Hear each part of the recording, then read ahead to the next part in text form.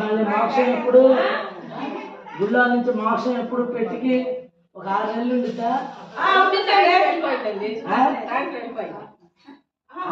గుళ్ళో ఉండాలి.